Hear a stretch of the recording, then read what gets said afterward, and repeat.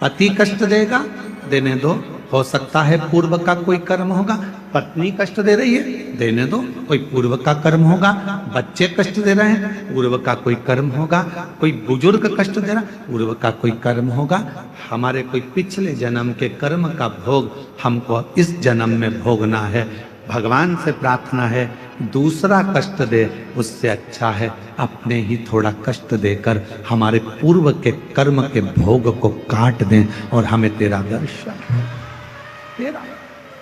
कई लोग कहते हैं हमारी सास बुरी है, हम कहते हैं बहुत अच्छी है। भगवान से कहना कि अच्छी दी तूने, रोज गाली देती है, रोज अपशब्द कहती है, कम से कम तुम्हारा मन उससे हटकर परमात्मा में तो लगा रहता है। अगर सास अच्छी मिल जाती तो तुम टीवी पर कथा भी नहीं देखते। परिवार अच्छा मिल जाता तो परमात्मा की कथा कैसे देखते। थोड़ा सा तकलीफ मिलती है तब परमात्मा याद आता, थोड़ा कष्ट मिलता है तब परमात्मा याद आता,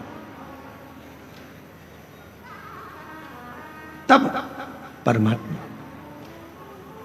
दिवाली का समय आता है, पति कमाने में इतना लग जाता है कि घर में पत्नी क्या बना रही है उसको मालूम ही नहीं। गुजिया बनाया कि पपड़ी बनाई कि ठेहुआ बनाया कि मोहन थाल बनाया कि क्या बनाया, पति ने कभी नहीं पूछा क्या बनाया, वो तो बना रही है।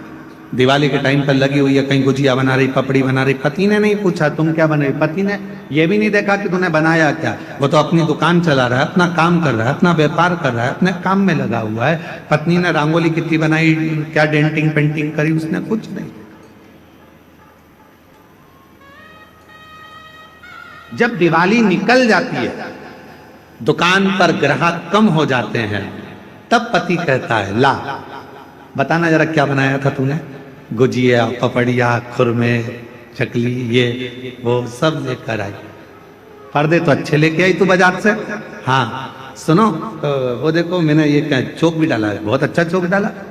दिवाली के बाद, दिवाली तक तो पति लगा रहा काम में, दिवाली के बाद फिर उसने देखा कि कितना कितना पत्नी ने करा है, कितने पर्दे लाई है, कितना बनाया है, कितना रखा है, कितना दिया है।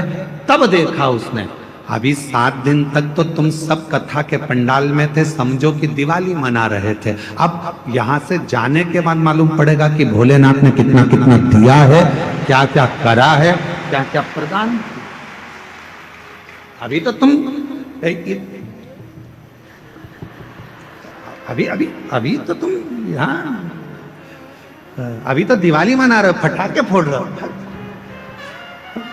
अभी तो तुम्हारी दिवाली चल रही है। दिवाली किसी ने आतिशबाजी कर दी,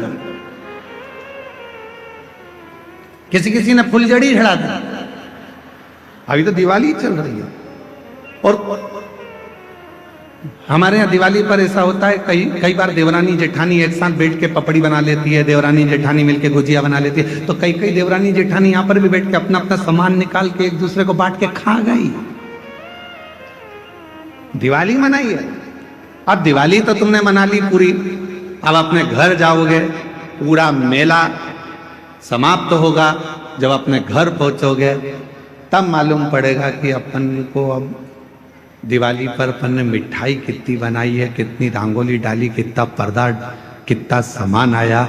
बस तुमने जब दिल से 7 दिन की शिव पुराण की कथा देवघर की सुनी है तो घर पहुंचकर मालूम पड़ेगा कि पर्दे कितने बदले हैं, कितना गुजिया पपड़िया अर्थात कितना मेरे बाबा ने तुम्हारी झोली में भंडार भर कर दिया। अभी नहीं, अभी तो तुम दिवाली मनाओ, अभी तो तुम्हारी दिवाली। अभी का सोचना, पहुंच कर देखेंगे कि हमको बाबा ने कितना दिया, 3 महीने में कितनी